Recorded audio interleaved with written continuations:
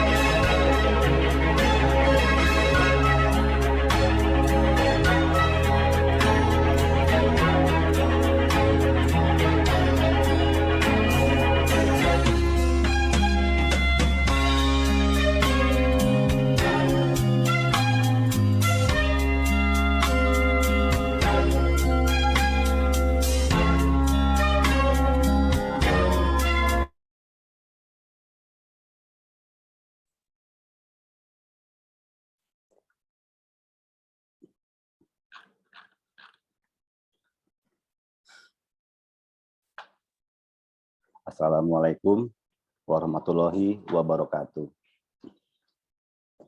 Selamat pagi, salam sejahtera bagi kita semua. Shalom, Om Swastiastu, Namo Buddhaya, salam kebajikan. Perkenankan saya Nugraha Septianto Rifai selaku moderator pada webinar yang diadakan hari ini.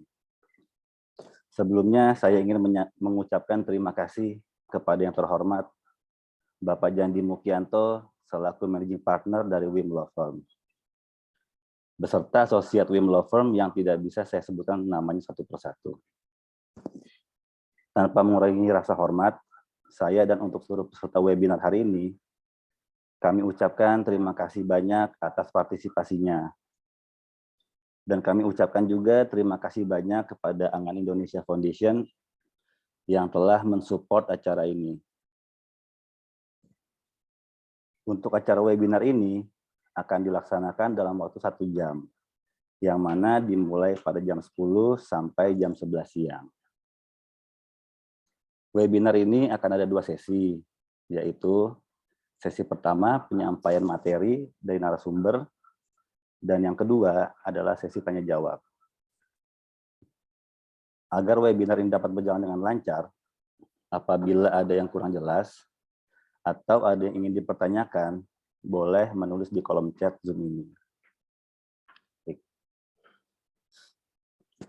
Tema webinar hari ini adalah tentang penyelesaian sengketa konsumen melalui Badan Penyelesaian Konsumen ditinjau berdasarkan Undang-Undang Nomor 8 Tahun 1999 tentang perlindungan konsumen. Yang mana narasumber kita hari ini adalah Bapak Ikadek Ramadana Vikram Desta Saputra, selaku mahasiswa magang pada WIM Law Firm. Sebagai pengantar mengenai tema pada hari ini, maka akan saya jelaskan sedikit mengenai perlindungan konsumen berdasarkan pasal 1 angka 1 Undang-Undang Nomor 8 Tahun 1999 tentang perlindungan konsumen. Perlindungan konsumen adalah segala upaya yang menjamin adanya kepastian hukum untuk memberi perlindungan kepada konsumen. Sedangkan menurut pasal 45 ayat 1 Undang-Undang Nomor 8 Tahun 1999 tentang perlindungan konsumen, setiap konsumen yang dirugikan dapat menggugat pelaku usaha melalui lembaga yang bertugas menyelesaikan sengketa antara konsumen dan pelaku usaha atau melalui peradilan yang berada di lingkungan peradilan umum. Menurut Hornby, konsumen adalah seseorang yang membeli barang atau jasa. Konsumen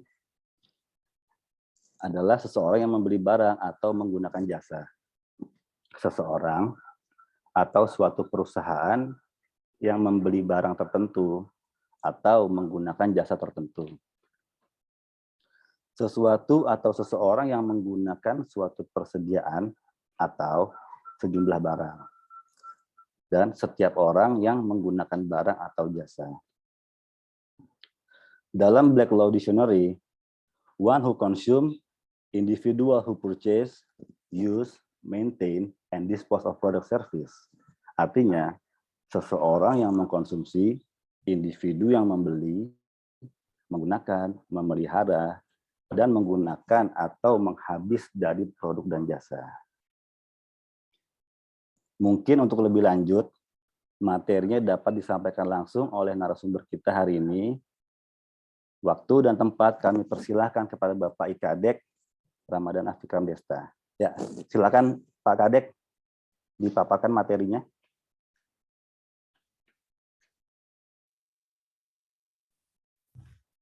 Ya, mohon izin. Apakah suara saya sudah jelas ya? Sudah. Oke, baik. Baik, terima kasih kepada Bapak Nugraha Septianto Rifai selaku moderator pada acara webinar kali ini. Saya Ikadek Ramadana Fikran Desta Saputra, akrab disapa Kadek. Pada kesempatan kali ini akan mengkaji materi mengenai penyelesaian sengketa konsumen melalui Badan Penyelesaian Sengketa Konsumen singkatnya BPSK, ditinjau berdasarkan Undang-Undang Nomor 8 Tahun 1999 tentang Perlindungan Konsumen.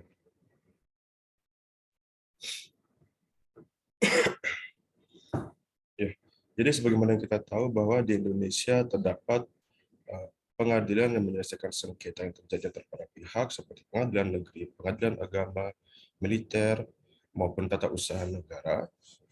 Namun, juga di Indonesia terdapat lembaga khusus yang menangani penyelesaian sengketa konsumen terhadap sengketa konsumen terjadi antara pelaku usaha dengan konsumen. Oke. Ya. Merujuk kepada pasal 1 angka 11 Undang-Undang Nomor 8 Tahun 99, Badan Penyelesaian Sengketa Konsumen adalah badan yang bertugas menangani dan menyelesaikan sengketa antara pelaku usaha dan konsumen.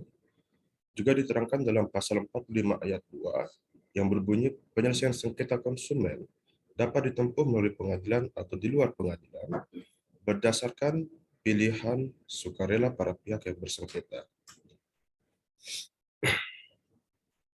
Jadi dalam pasal 1 angka 11 tersebut sudah jelas bahwasanya sengketa yang terjadi adalah sengketa antara pelaku usaha maupun konsumen gitu.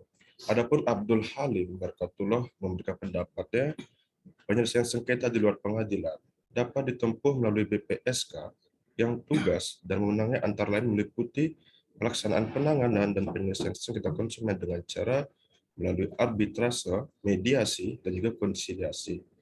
Yang selain sebagai media penyelesaian sengketa juga dapat menjatuhkan sanksi administratif bagi pelaku usaha yang melanggar larangan-larangan tertentu yang dikenakan bagi pelaku usaha. Nah, dari pendapat Abdul Halim Barkatullah dapat kita ambil inti bahwa sengketa terjadi antara konsumen maupun pelaku usaha kita dapat menempuh melalui kepada lembaga Badan Penyelesaian Sengketa Konsumen singkatnya BPSK. Nah, adapun ketika kita mengajukan gugatan kepada BPSK tersebut, BPSK memiliki beberapa metode dalam penyelesaian sengketa, yaitu mediasi, arbitrase, dan juga konsiliasi. Kurniawan dan Abdul Wahab juga memberikan pendapatnya mengenai BPSK, yaitu prosedur penyelesaian sengketa konsumen melalui BPSK ini terdiri dari 3 tahapan. Pertama, tahap permohonan yang meliputi persyaratan pengaduan penyelesaian sengketa tanpa pengacara. Kedua, tahap persidangan yang dapat dilaksanakan dengan cara konsiliasi, mediasi, dan arbitrase. Dan yang ketiga, tahap putusan yang harus diselesaikan selambat-lambatnya 21 hari kerja terhitung sejak gugatan diterima, yang dilanjutkan dengan eksekusi putusan. Nah, dari pendapat ini dapat kita ambil kesimpulan pula bahwa pertama, bagi pihak yang merasa dirugikan, konsumen yang merasa dirugikan oleh pelaku usaha atas pemakaian barang dan atau jasa, mereka dapat mengajukan permohonan tersebut baik secara individu diri sendiri maupun diwakilkan oleh kuasa hukumnya. Yang kedua, sebagaimana pendapat dari Barkatullah sebelumnya, bahwa terdapat tiga metode penyelesaian sengketa di dalam BPSK, yaitu mediasi, konsiliasi, dan juga arbitrase. Dan yang terakhir, yang penting adalah putusan hasil daripada tahap penyelesaian sengketa melalui BPSK tersebut itu memiliki kekuatan eksekutorial, yang artinya putusan harus diselesaikan selama 21 hari kerja sejak dengan eksekusi putusan. Karena dalam putusan daripada BPSK tersebut juga memiliki irah-irah yang artinya adanya kekuatan eksekutorial. Nah, lanjut mengenai pengajuan gugatan, itu dapat kita merujuk kepada pasal 23 Undang-Undang Nomor 8 Tahun 1999 yang berbunyi bahwa pelaku usaha yang menolak dan atau tidak memberi tanggapan dan atau tidak memenuhi ganti rugi atas tuntutan konsumen sebagaimana dimaksud dalam pasal 19 ayat 1, ayat 2, ayat 3 dan juga ayat 4 dapat digugat melalui Badan Penyelesaian Sengketa Konsumen atau mengajukan ke Badan Peradilan di tempat kedudukan konsumen.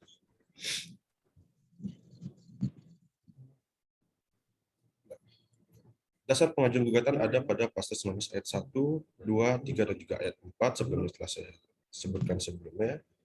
Ayat 1 yang berbunyi pelaku usaha bertanggung jawab memberikan ganti rugi atas kerusakan, pencemaran, dan atau kerugian konsumen akibat mengkonsumsi barang dan atau jasa yang dihasilkan atau diperdagangkan.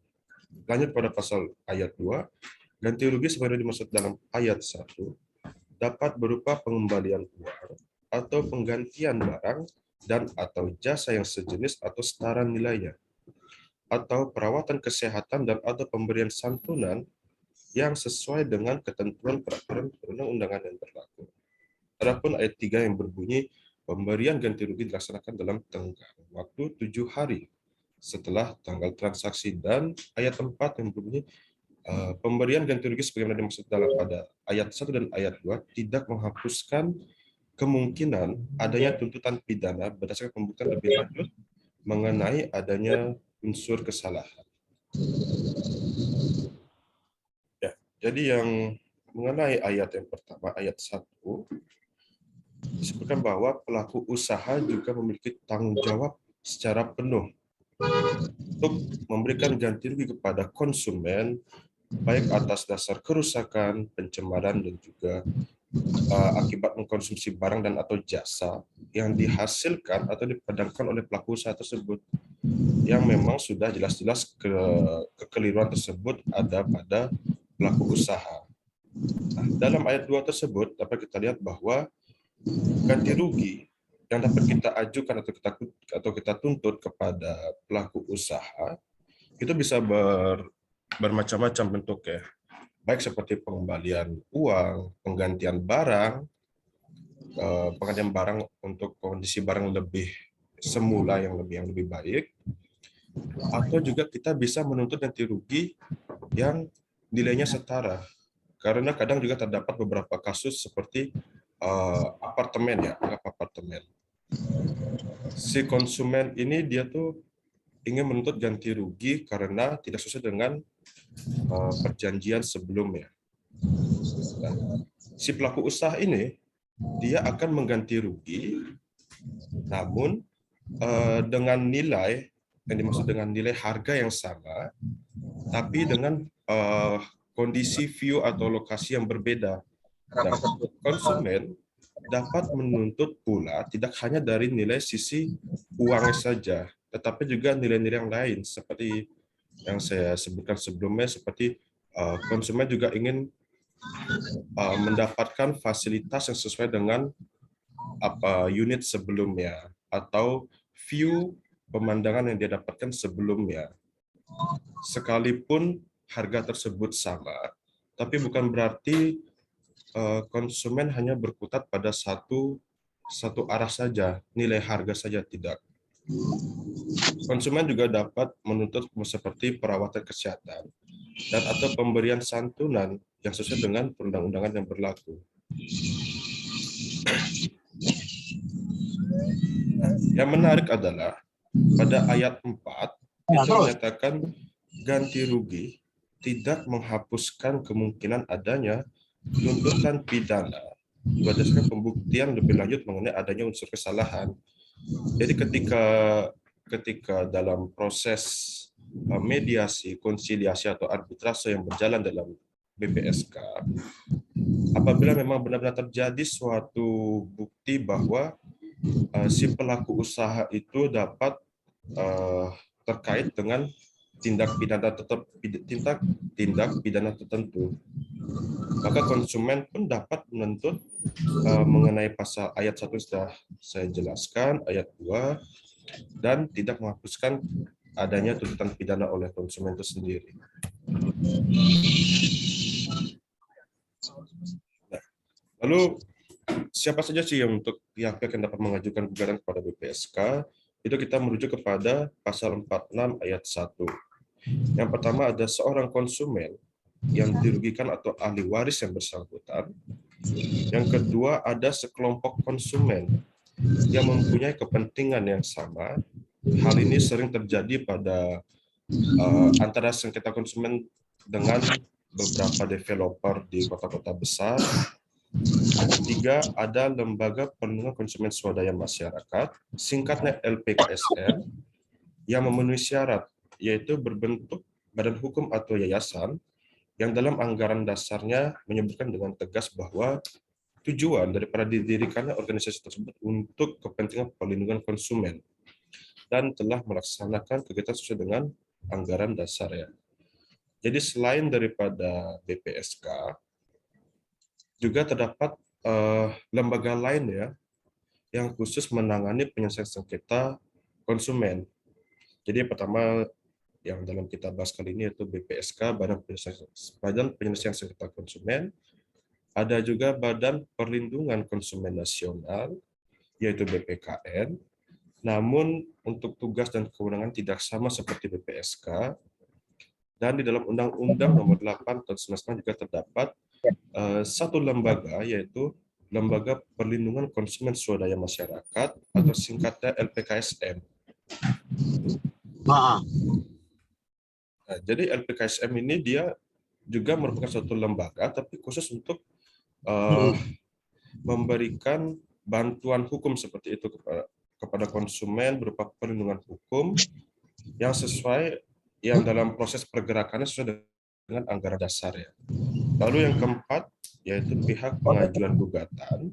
Yang keempat ada pemerintah dan atau instansi terkait apabila barang dan atau jasa dikonsumsi atau dimanfaatkan mengakibatkan kerugian materi yang besar dan atau korban yang tidak sedikit.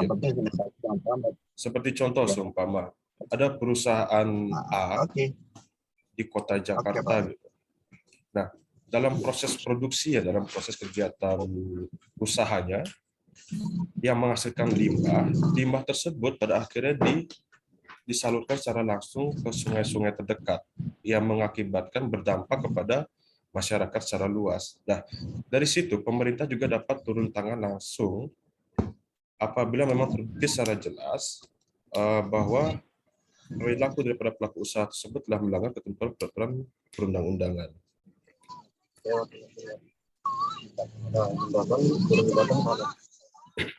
Mengenai tugas dan juga wewenang BPSK, kita merujuk kepada pasal 52 yang berbunyi menerima pengaduan baik tertulis maupun tidak tertulis dari konsumen tentang terjadinya pelanggaran terhadap perlindungan konsumen.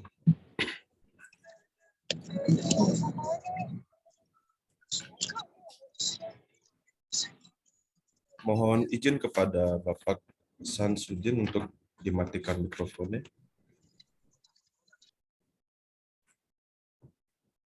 Oke, baik. Terima kasih, Bapak.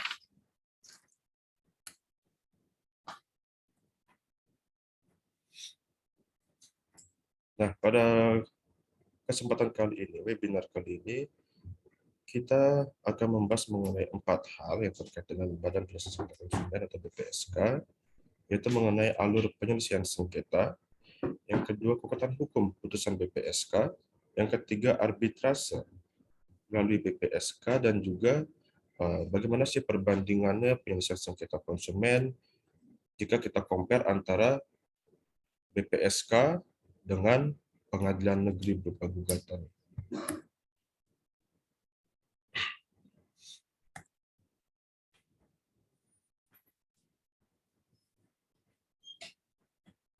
Jadi kalau secara garis besar mengenai alur penyelesaian sengketa terdapat 3 hal. Dimulai dari pengajuan gugatan yang dapat dilakukan oleh konsumen atau sekelompok konsumen yang diajukan kepada BPSK terdekat dari tempat tinggal penggugat, yang biasanya lokasi BPSK itu ada di ibu kota kabupaten atau kota madya. Nah, setelah kita ajukan pengajuan gugatan tersebut, kita masuk pada tahap metode penyelesaian.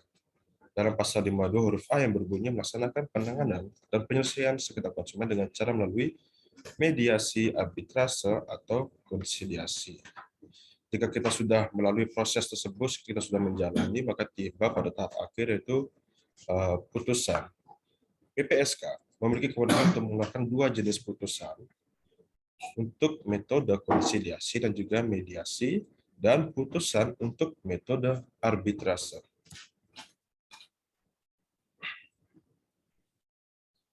Pada tahap awal pengajuan gugatan kepada PPSK, kita memiliki dua pilihan, dua opsi, secara tertulis atau secara lisan. Nah, secara tertulis, setelah menentukan perwakilan, apabila memang secara berkelompok, atau ia dapat mengajukan permohonan tersebut secara individu atau juga melalui kuasa hukumnya, selanjutnya permohonan tertulis dikirimkan atau diserahkan kepada Sekretariat BPSK. Nah, biasanya sebagai bukti untuk penerimaan surat tersebut, BPSK memberikan tanda terima tertulisnya kepada pihak yang melakukan pengaduan atau permohonan tersebut. Lalu ada juga untuk opsi yang kedua, yaitu secara lisan. Khusus permohonan lisan atau tidak tertulis, Sekretariat BPSK akan mencatat pengajuan penggugat di sebuah formulir dalam suatu format yang disediakan dan dibubuhi tanda tangan atau cap stempel oleh konsumen atau ahli warisnya atau kuasanya, yang mana berkas permohonan tersebut baik tertulis atau tertulis dicatat oleh Sekretariat BPSK dan dibubuhi tanggal serta adanya nomor registrasi.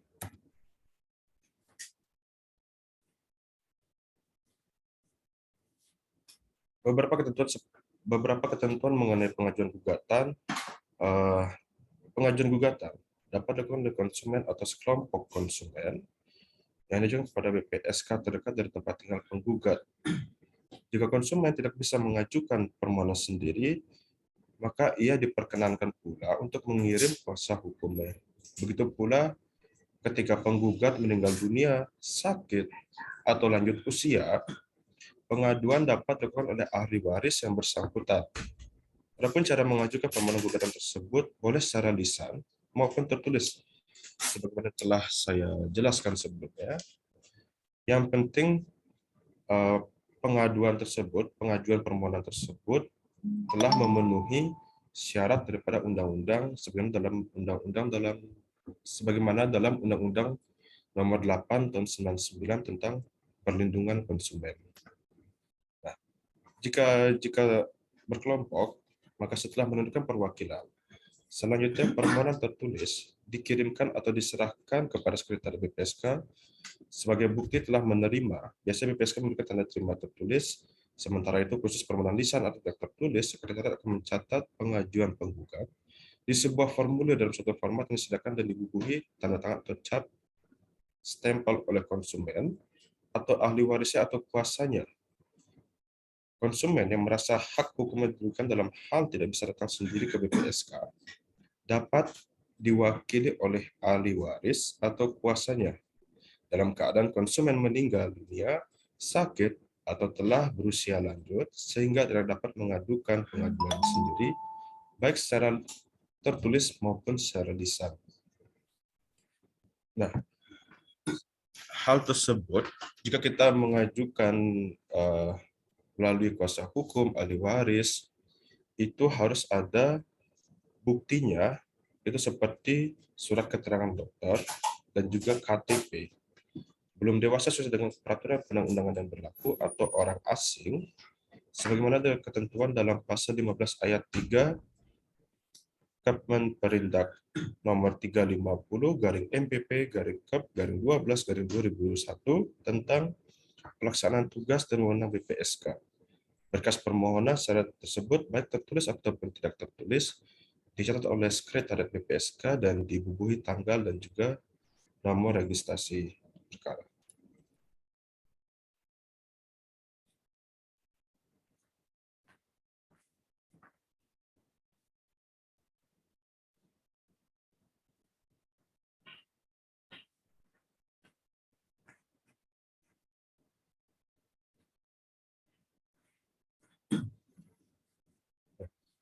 Jadi di dalam pasal 16 Keputusan Menteri Perindustrian dan Perdagangan Republik Indonesia nomor 350/MPP/Kep/2022 10/12/2001 mengenai persyaratan tertulis terdapat beberapa hal. Yang pertama, nama dan juga alamat lengkap konsumen, ahli waris, atau kuasa hukumnya yang disertai dengan bukti diri.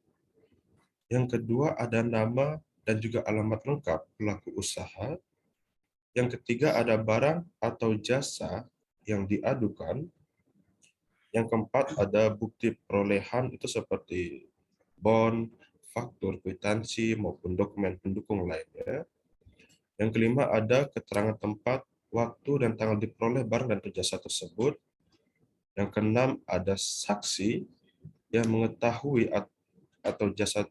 barang atau jasa tersebut diperoleh, dan adanya foto-foto dan juga kegiatan pelaksanaan jasa. Itu bila ada.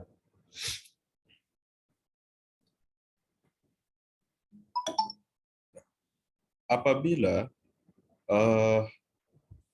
berkas permohonan tersebut tidak lengkap, atau mungkin terkadang beberapa orang masih tidak sesuai atau menyimpang dari aturan tersebut, maka BPSK memiliki hak untuk menolak pengajuan permohonan sebagaimana termuat dalam pasal 17 huruf A dan B, yaitu ketika permohonan tidak memenuhi ketentuan sebagaimana dimaksud dalam pasal 16, dan permohonan gugatan bukan merupakan kewenangan BPSK.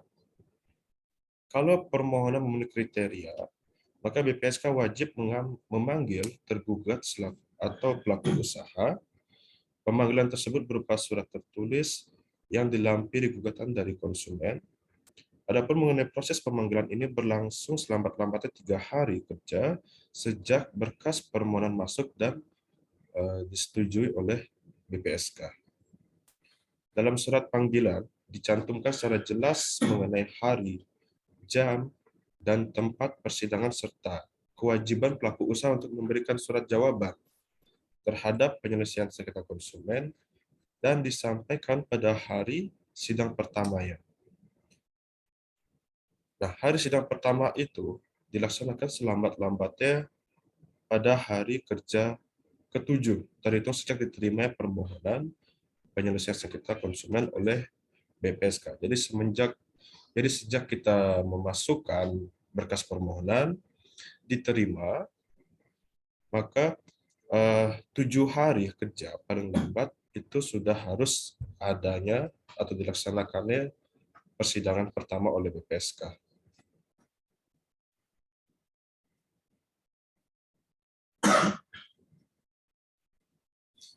Sebagaimana yang telah saya sebutkan tadi bahwa lembaga BPSK dalam menangani penyelesaian sengketa konsumen itu memiliki 3 metode. Ada mediasi, konsiliasi, dan juga arbitrase. Untuk dasar metode itu dalam pasal 52 huruf A yang berbunyi melaksanakan penanganan dan penyelesaian sengketa konsumen dengan cara melalui mediasi, arbitrase, atau konsiliasi. Nah, dasar hukum mengenai mediasi dapat kita temukan pada pasal 1 angka 10 Kep Menperindak nomor 350. Pada proses ini digunakan untuk menyelesaikan sengketa konsumen di pengadilan melalui BPSK. Biasanya, kalau kita menempuh melalui jalur mediasi ini, BPSK hanya memposisikan dirinya sebagai penasihat saja. Sementara penyelesaian masalah diserahkan kepada pihak yang bersengketa, yaitu konsumen dan juga pelaku usaha.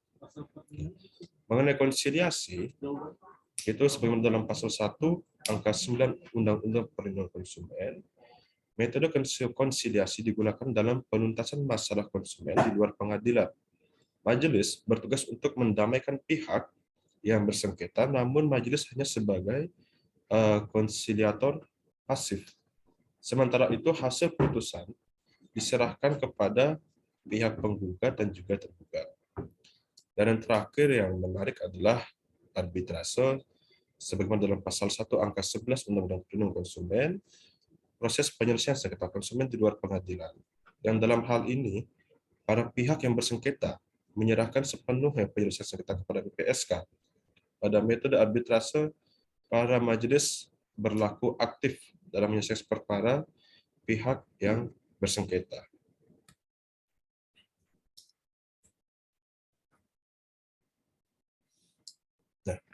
Pada persidangan pertama,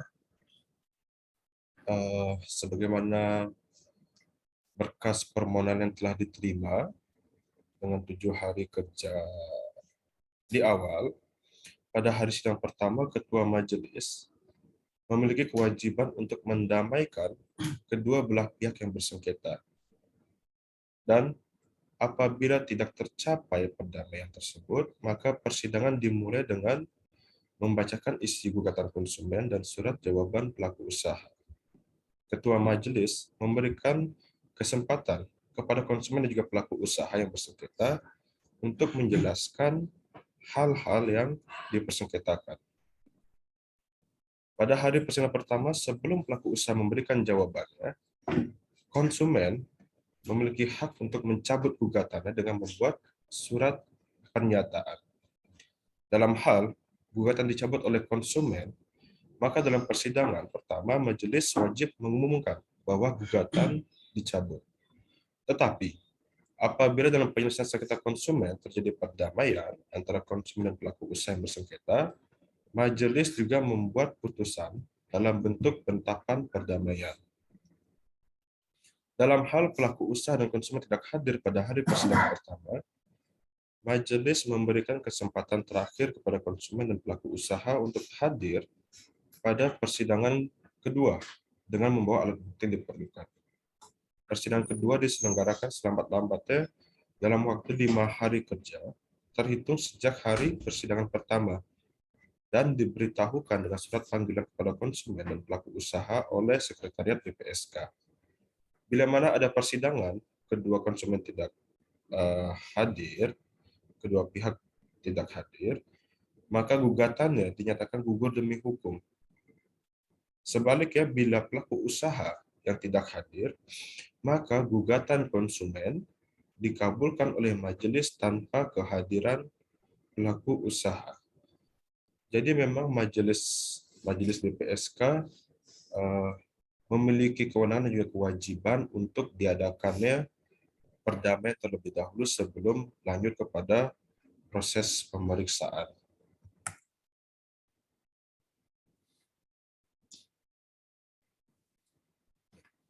Terkait dengan jenis putusan BPSK, terdapat 2 jenis. Yang pertama, putusan BPSK untuk metode penyelesaian dengan konsiliasi dan mediasi.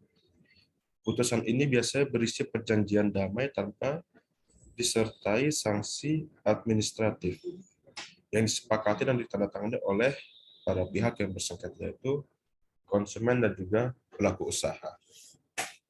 Adapun jenis putusan BPSK yang kedua khusus untuk metode penyelesaian dengan cara arbitrase. Berbeda dengan konsiliasi dan mediasi, arbitrase memuat putusan perkara perdata. Setiap putusan memuat duduk perkara disertai dengan pertimbangan hukum oleh majelis.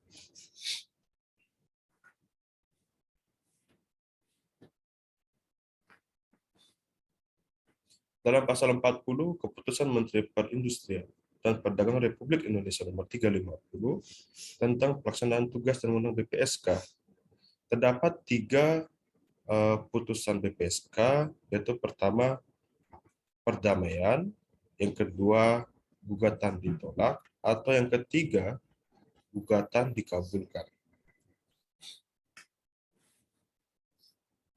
Dalam hal gugatan dikabulkan, maka amal putusan ditetapkan kewajiban yang harus dilakukan oleh pelaku usaha. Itu biasanya kewajiban tersebut berupa ganti rugi sebagaimana dalam pasal 12 ayat 2 dan atau sanksi administratif berupa penetapan ganti rugi paling banyak 200 juta rupiah.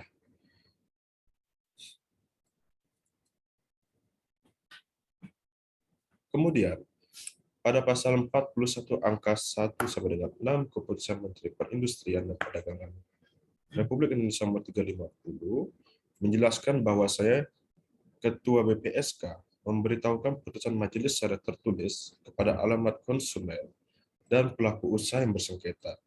Selambat-lambatnya 7 hari kerja sejak putusan dibacakan.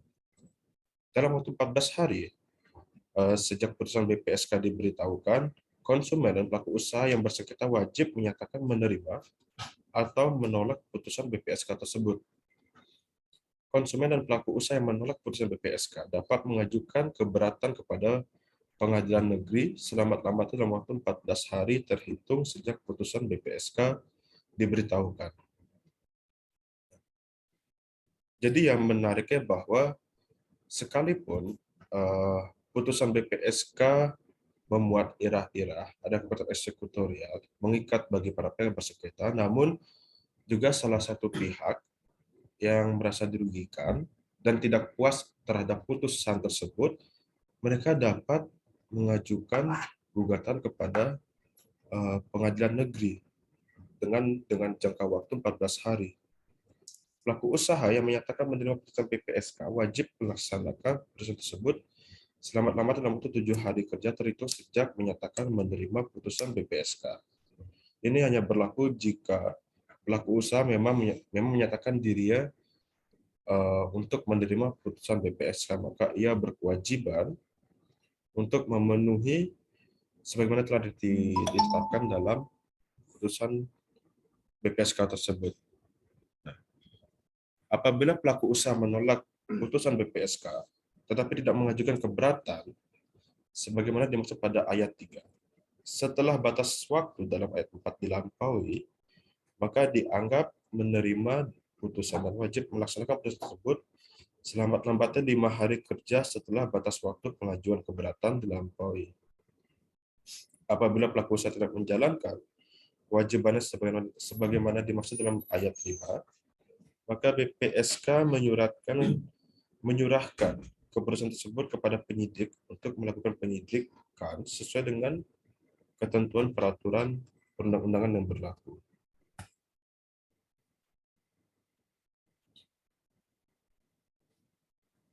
Nah, yang menarik adalah mengenai kekuatan hukum BPSK yang merupakan putusan yang final dan telah mempunyai kekuatan hukum yang tetap. Nah, hal ini dapat kita temukan dalam pasal 42 ayat 1 Kepmen Perindak nomor 350 tadi terhadap perbuatan BPSK dimintakan penetapan eksekusi oleh BPSK kepada pengadilan negeri di tempat konsumen yang dirugikan. Jadi ketika sudah selesainya tahap pemeriksaan dan telah dikeluarkannya putusan tersebut, maka konsumen dapat meminta penetapan eksekusi oleh BPSK kepada pengadilan negeri. Menurut R. Subekti, eksekusi atau pelaksanaan sudah mengandung arti bahwa pihak yang dikalahkan tidak mau mentaati putusan itu secara sukarela, sehingga putusan harus dipaksakan kepadanya dengan bantuan kekuatan hukum. Penetapan eksekusi diatur juga dalam Perma nomor 1 tahun 2006 tentang tata cara pengajuan keberatan terhadap putusan BPSK. Dalam pasal 7 Perma nomor 1 tahun 2006 dinyatakan bahwa konsumen mengajukan permohonan eksekusi atas putusan BPSK yang tidak diajukan keberatan kepada pengadilan negeri di tempat kedudukan hukum konsumen yang bersangkutan atau dalam wilayah hukum BPSK yang mengeluarkan putusan.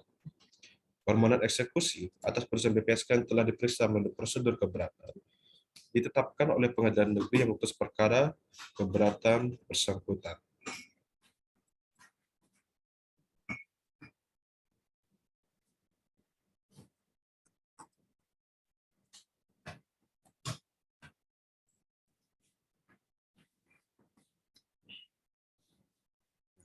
Lalu selanjutnya pengadilan negeri wajib mengeluarkan putusan atas keberatan dalam waktu paling lambat 21 hari sejak diterimai keberatan. Terhadap putusan pengadilan negeri tersebut, para pihak dalam waktu paling lambat 14 hari dapat mengajukan kasasi kepada Mahkamah Agung, dan Mahkamah Agung wajib mengeluarkan putusan dalam waktu paling lambat 30 hari sejak menerima permohonan kasasi. Pada prinsipnya, pengajuan keberatan yang ditujukan kepada pengadilan negeri melalui kepanitraan dapat kita temukan pada pasal 5 ayat 2 hanya mengikat terhadap putusan BPSK melalui jalur non-litigasi, yaitu arbitrase, yang sejalan dengan pasal 2 Perma nomor 1 tahun 2006 tentang tata cara pengajuan keberatan terhadap putusan Badan Penyelesaian Sengketa Konsumen yang berbunyi, keberatan hanya dapat diajukan terhadap putusan arbitrase yang dikeluarkan oleh BPSK. Keberatan yang diajukan sebagaimana penjelasan di atas diajukan oleh pelaku usaha atau konsumen kepada pengadilan negeri yang berada di tempat kedudukan hukum konsumen, dengan syarat bahwa keberatan yang diajukan tidak memasukkan BPSK sebagai pihak. Itu dasarnya dapat kita temukan pada pasal 3 ayat 1 juga ayat 2 Perma Peraturan Mahkamah Agung nomor 1 tahun 2006. Jadi sudah jelas bahwa putusan yang dapat kita ajukan, dapat kita lakukan upaya hukum merupakan putusan arbitrase yang dikeluarkan oleh BPSK. Karena berbeda dengan mediasi maupun konsiliasi.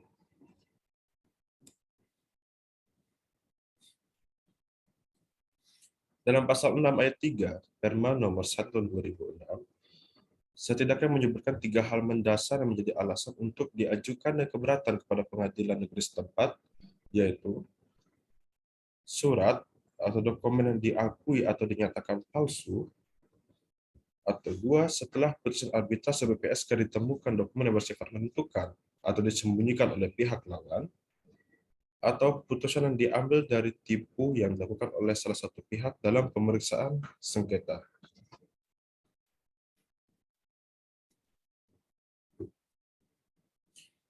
Apabila tidak adanya pengajuan keberatan oleh pihak lawan, maka konsumen dapat mengajukan permohonan eksekusi atau putusan BPSK kepada pengadilan negeri di tempat kedudukan hukum konsumen atau dalam wilayah hukum BPSK yang telah mengeluarkan putusan sebagaimana dalam pasal 7 Perma nomor 1 tahun 2006 yang berbunyi, konsumen mengajukan permohonan eksekusi atas putusan BPSK yang tidak diajukan keberatan kepada pengadilan negeri di tempat kedudukan hukum konsumen yang bersangkutan atau dalam wilayah hukum BPSK yang mengeluarkan putusan.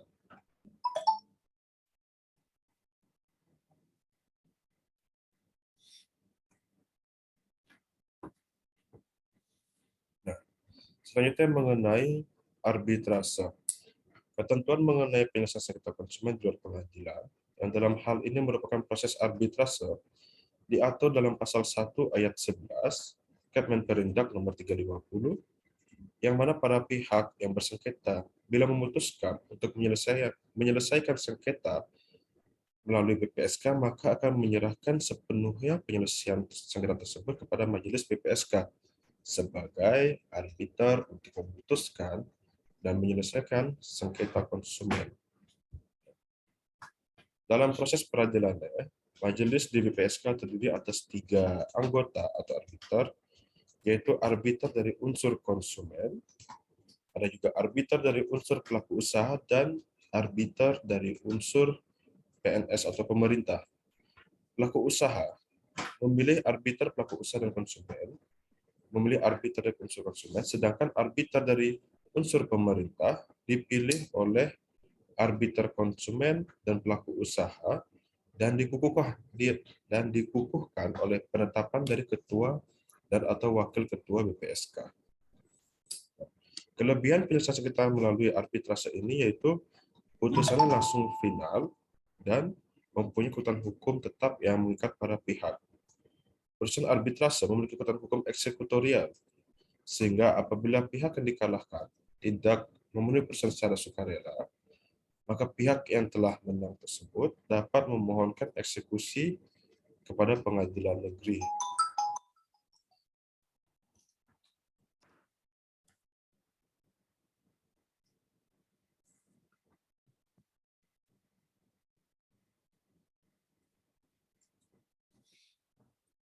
Dalam hal ini, berdasarkan pasal 52 Undang-Undang Perlindungan Konsumen dan juga Kemenperindak nomor 350 tentang pelaksanaan tugas dan undang BPSK dalam hal ADR ini diantaranya 1, menerima pengaduan baik tertulis maupun tertulis dari konsumen tentang ada terjadi pelanggaran terhadap perlindungan konsumen oleh pelaku usaha.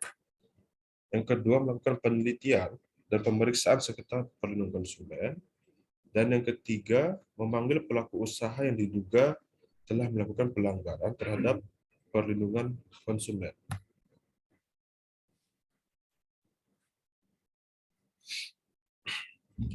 Lanjut, yang keempat, ada memanggil dan menghadirkan saksi, saksi ahli, dan atau setiap orang yang dianggap mengetahui adanya pelanggaran terhadap Undang-Undang Perlindungan Konsumen. Juga meminta bantuan penyidik untuk menghadirkan pelaku usaha dan saksi-saksi bila tidak tersedia memenuhi panggilan BPSK. Yang keenam, mendapatkan, meneliti, dan atau menilai surat, dokumen, atau alat bukti lain untuk proses penyelidikan dan atau pemeriksaan. Yang ketujuh, memutuskan atau menetapkan ada atau tidaknya kerugian di pihak konsumen. Yang kedelapan, memberitahukan putusan kepada pelaku usaha yang melakukan pelanggaran terhadap perlindungan konsumen. Dan yang terakhir, menjatuhkan sanksi administratif paling banyak 200 juta rupiah sebagaimana pasal 40 Kemenperindak nomor 350 kepada pelaku usaha yang melanggar ketentuan Undang-Undang Perlindungan Konsumen.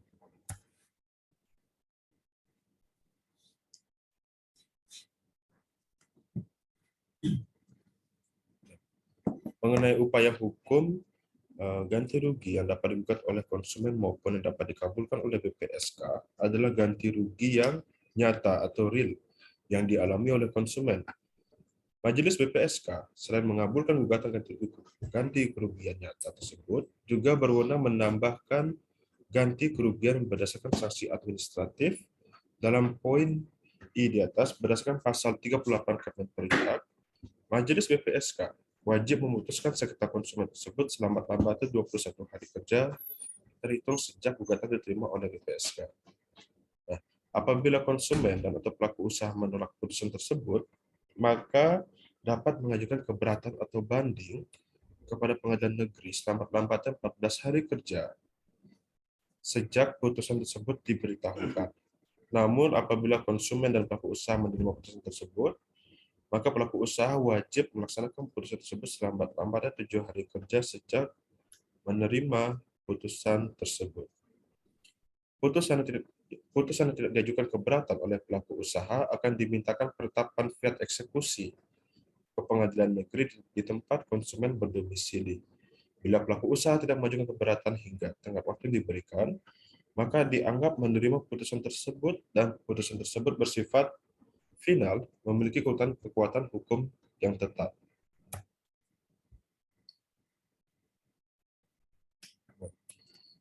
Jadi kita dapat menyimpulkan terkait dengan karakteristik penyelesaian sengketa konsumen melalui BPSK, yaitu BPSK memiliki wewenang untuk mendengar, menentukan, dan atau memastikan fakta-fakta mengenai sengketa yang diajukan oleh konsumen. BPSK juga berwenang untuk menguji kesaksian para saksi dan untuk memaksa para saksi tersebut untuk hadir, serta berwenang untuk mendengar keterangan para pihak lain sepanjang diperlukan dalam persidangan. Dan BPSK berwenang untuk menjatuhkan putusan atau sanksi hukuman kepada pihak yang kalah.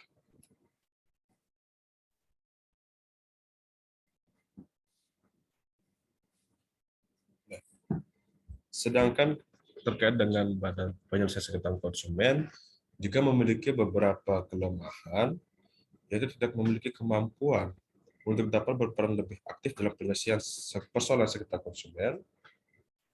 Hal ini biasanya dikarenakan substansi pengaturan, prosedur, dan mekanisme penyelesaian sengketa konsumen melalui BPSK tidak dapat terselesaikan dengan baik karena ketidakharmonisan instrumen-instrumen tersebut yang mana juga saling bertentangan. Dalam hal ini, BPSK tidak berperan dengan efektif dalam penyelesaian sengketa konsumen, khususnya mengenai keputusan konsiliasi atau mediasi, dan belum adanya pengaturan khusus untuk penetapan eksekusi. Kelemahan lainnya yaitu dalam praktik, biasanya salah satu pihak tidak menghendaki ADR dengan cara arbitrase, sehingga hal tersebut akan menyulitkan majelis BPSK dalam menyelesaikan sengketa di antara para pihak. Selain itu juga, waktu penyelesaian sengketa secara arbitrase sebagaimana ditentukan dalam Undang-Undang Perlindungan Konsumen yakni 21 hari sejak gugatan diterima, nyatanya tidak sesuai. Biasanya disebabkan oleh ketidakhadiran salah satu atau para pihak dalam persidangan tersebut.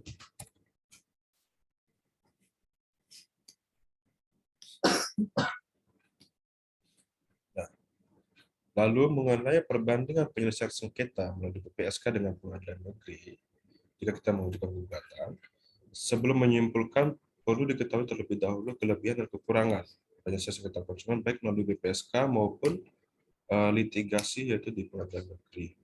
BPSK adalah badan yang bertujuan untuk menyelesaikan sengketa mengenai konsumen di luar pengadilan dengan cara melalui mediasi, arbitrase, dan konsiliasi. Dengan demikian, jika terjadi sengketa konsumen, konsumen tidak harus berperkara melalui pengadilan saja, tetapi bisa lewat BPSK yang telah ada, dan hal ini tergantung para pihak yang bersengketa untuk memutuskan ingin melalui jalur apa, apakah mediasi, arbitrasi, atau konsiliasi. Dengan adanya jalur non-litigasi atau PSK, jadi memudahkan bagi para konsumen untuk mengajukan perkara selain melalui persidangan.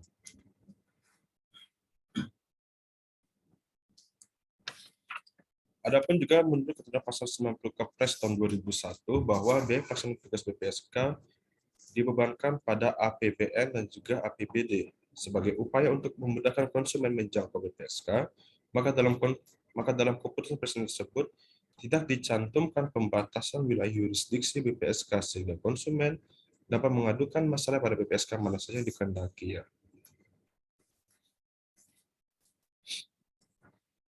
Sedangkan yang menjadi permasalahan BPSK adalah putusan BPSK yang bersifat final dan mengikat.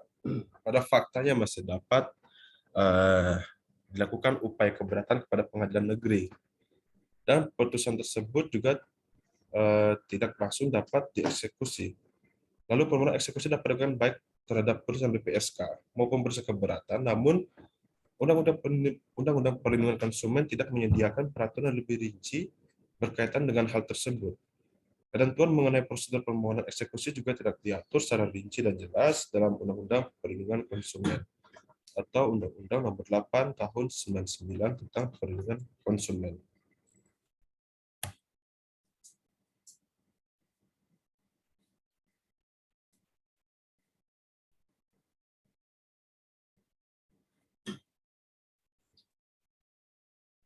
Nah, biasanya juga perbandingan mengenai selanjutnya penyelesaian sengketa melalui BPSK dengan pengadilan negeri. Pada putusan arbitrase BPSK terdapat kendala dalam pelaksanaan permohonan eksekusi yang disebabkan tidak adanya pencantuman irah-irah pada putusan arbitrase BPSK tersebut. Hal ini berbeda dengan putusan arbitrase menurut pasal 54 ayat 1 butir A Undang-Undang Nomor 30 tahun 99 tentang arbitrase dan alternatif penyelesaian sengketa atau APS yang menyatakan suatu putusan arbitrase harus memuat kepala putusan atau irah-irah yang berupa demi keadilan berdasarkan ketuhanan yang Maha Esa.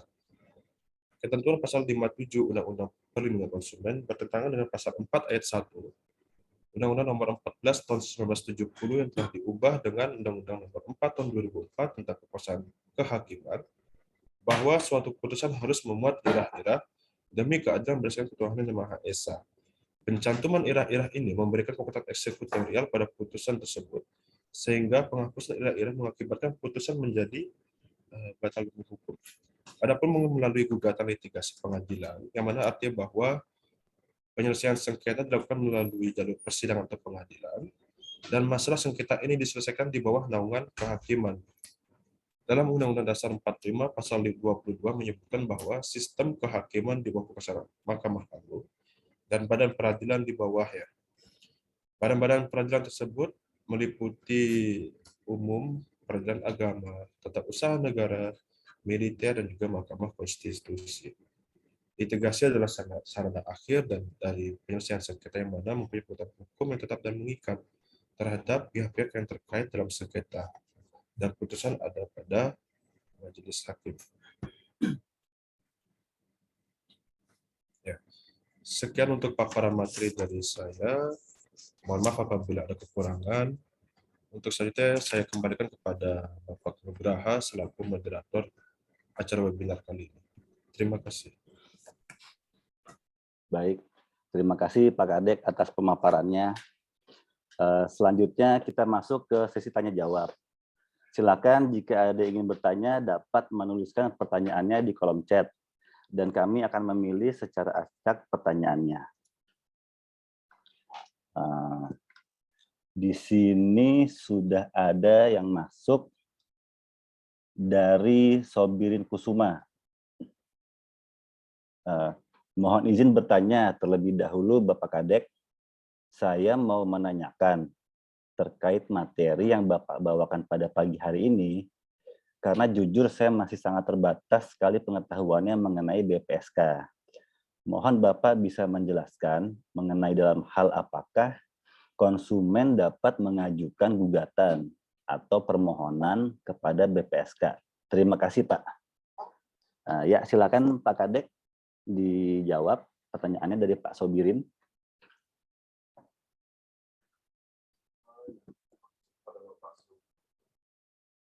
Dalam hal apakah konsumen dapat mengajukan sengketa kepada BPSK? Ya.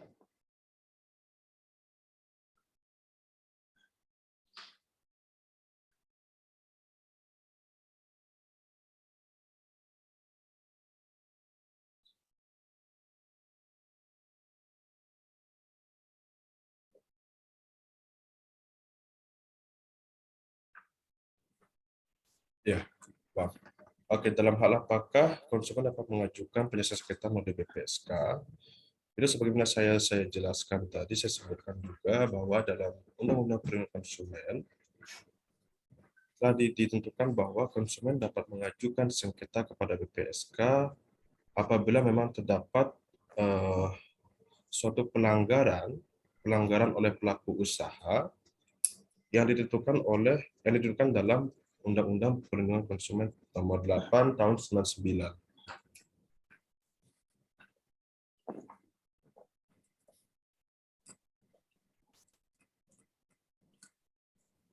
Nah, contohnya dalam pasal 8 Undang-Undang Perlinkos, perbuatan orang bagi pelaku usaha jarang memproduksi dan atau memperdagangkan barang dan atau jasa yang tidak memenuhi atau tidak sesuai dengan standar yang dipersyaratkan dan ketentuan peraturan perundang-undangan. Ada juga kedua, tidak sesuai dengan berat bersih, isi bersih atau neto, dan jumlah dalam hitungan sebagaimana yang dinyatakan dalam label atau etiket barang tersebut, tidak sesuai dengan ukuran, takaran, timbangan, dan jumlah dalam hitungan ukuran yang sebenarnya, tidak sesuai dengan kondisi jaminan keistimewaan atau kemanjuran sebagaimana dinyatakan dalam label, etiket atau keterangan barang dan atau jasa tersebut, tidak sesuai dengan mutu, tingkatan komposisi, proses pengolahan, gaya, mode, atau pengguna tertentu sebagaimana dinyatakan dalam label atau keterangan barang dan atau jasa tersebut. Lalu huruf F, tidak sesuai dengan janji dinyatakan dalam label, etiket keterangan, iklan atau promosi, penjualan barang dan atau jasa tersebut, tidak mencantumkan tanggal kadaluarsa atau jangka waktu penggunaan atau pemanfaatan yang paling baik atas barang tertentu, tidak mengikuti ketentuan berproduksi secara halal sebagaimana pernyataan halal yang dicantumkan dalam label, tidak memasang label atau memuat penjelasan barang yang memuat nama barang, ukuran, berat atau isi bersih atau neto, komposisi, aturan pakai, tanggal pembuatan, akibat sampingan, nama dan alamat pelaku usaha serta keterangan lain untuk penggunaan yang menurut ketentuan harus dipasang atau dibuat. Nah, jadi pada dasarnya di dalam Undang-Undang Perlindungan Konsumen juga telah ditentukan mengenai kewajiban, larangan terhadap pelaku usaha. Nah, dalam hal pelaku usaha yang tidak mengikuti ketentuan tersebut, salah satu saja yang mengakibatkan kerugian yang nyata atau real bagi konsumen, maka konsumen dapat mengajukan permohonan sengketa tersebut kepada BPSK. Seperti juga dalam pasal 7 mengenai kewajiban pelaku usaha, salah satunya yang sering terjadi di lapangan adalah menjamin mutu barang dan atau jasa yang diproduksi dan atau diperdagangkan berdasarkan ketentuan standar mutu barang dan atau ketentuan jasa yang berlaku. Karena pada saat ini juga kita lihat masih banyak pelaku usaha yang tidak menjamin terhadap mutu barang dan atau jasa diproduksinya, sehingga menyimpang dari peraturan yang berlaku. Itu singkatnya dari saya. Oke, baik. Terima kasih Pak Kadek. Selanjutnya kami akan memilih 3 pertanyaan lagi karena berhubung waktu juga sudah semakin sempit ya. Nah, sekarang jadi ini ada lagi pertanyaan dari Mohon izin moderator. Mungkin bisa langsung dipersingkat mengingat ini hari Jumat ya, kita harus Jumat. Oh iya, betul. Baik, Pak Kadek. Oke, sekarang saya pilih pertanyaan dari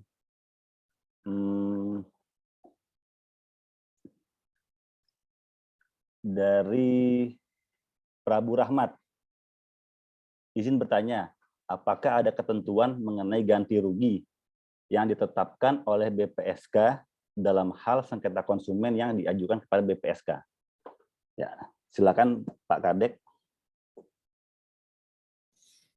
Ya, mengenai ganti rugi, sebagaimana saya jelaskan sebelumnya, pelaku usaha atau perusahaan BPSK dapat menerapkan ganti rugi kepada pelaku usaha untuk melakukan pengembalian uang, untuk memberikan ganti rugi berupa nilai yang sama pada barang atau jasa tersebut.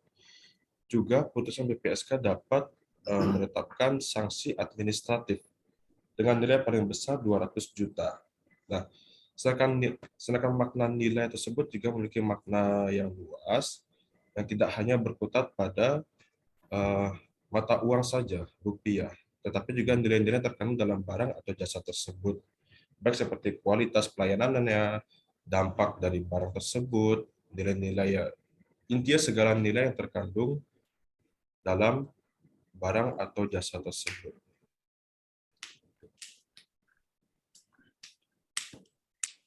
Apakah sudah cukup, Pak Prabu? Oke, baik. Sekarang kita akan jawab pertanyaan dari Bapak Gare. Saya ingin bertanya, bisa Bapak jelaskan mengenai eksekusi pasca putusan yang dikeluarkan oleh BPSK? Terima kasih. Mohon maaf, bisa diulangi? Oke. Saya ingin bertanya, bisa Bapak jelaskan mengenai eksekusi pasca putusan yang dikeluarkan oleh BPSK? Terima kasih. Kira-kira eksekusi apa nih Pak yang pasca putusan BPSK itu?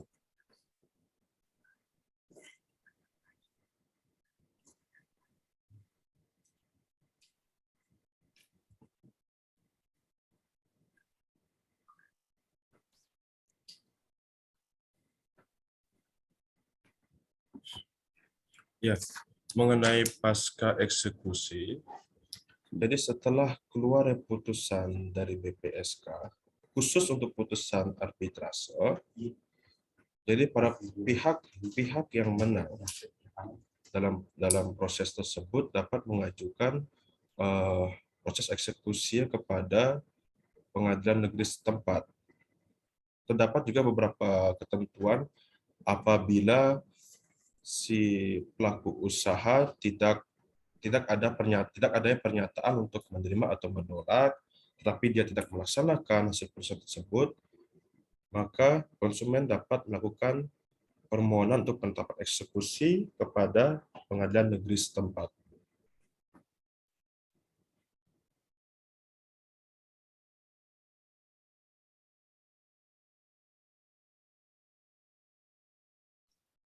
Baik, apakah sudah cukup pertanyaannya dari Bapak Kadek? Jawabannya maksud saya. Cukup. Nah, Kita pilih satu lagi pertanyaannya. Ada dari Pak Stefano. Izin bertanya, apakah konsumen yang merasa dirugikan dapat mengajukan gugatan ke pengadilan atau harus melalui BPSK? Ya, jadi terkait dengan konsumen yang diri merasa dirugikan, itu di Indonesia terdapat dua pilihan, baik dia mengadukannya melalui BPSK atau dia dapat menyelesaikan sengketanya langsung kepada pengadilan negeri setempat. Itu untuk jawaban singkat dari saya. Oke, baik. Terima kasih atas jawabannya, Bapak Kadek. Karena berhubung waktu sudah lewat dari batas yang ditentukan, dan hari ini pun juga pasti ada agenda sholat Jumat bagi yang Muslim. Jadi ya, terima kasih kepada seluruh peserta webinar hari ini. Semoga dapat menambah wawasan kita dalam penyelesaian sengketa konsumen. Dan mohon maaf apabila ada salah-salah kata. Wassalamualaikum warahmatullahi wabarakatuh. Ya, Terima mohon kasih izin semua kepada peserta. Bapak Moderator. Ya, karena saya lihat juga masih terdapat beberapa pertanyaan lainnya. Mungkin nanti akan kami tampung pertanyaan tersebut dan akan kami jawabkan pada webinar selanjutnya. Jadi diharapkannya para peserta juga dapat mengikuti acara webinar yang akan kami langsungkan untuk minggu berikutnya. Begitu. Ya, baik, Pak Kadek. Ya, terima kasih semuanya yang sudah berpartisipasi dalam acara ini. Wassalamualaikum warahmatullahi wabarakatuh. Waalaikumsalam.